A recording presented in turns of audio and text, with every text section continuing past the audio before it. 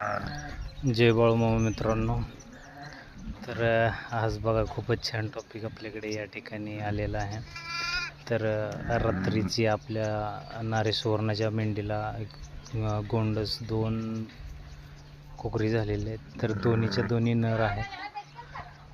तर या ठिकाणी तुम्ही बघू शकता दोन्ही नर छानपैकी आहेत. असे काही एकदम कमी वजनाचे नाहीत, बऱ्यापैकी वजन पण आलेलं आहे यांना. तर नाही म्हटलं तरी 3-3 किलोच्या आसपास एक असेल. 6 किलोचे दोन्ही.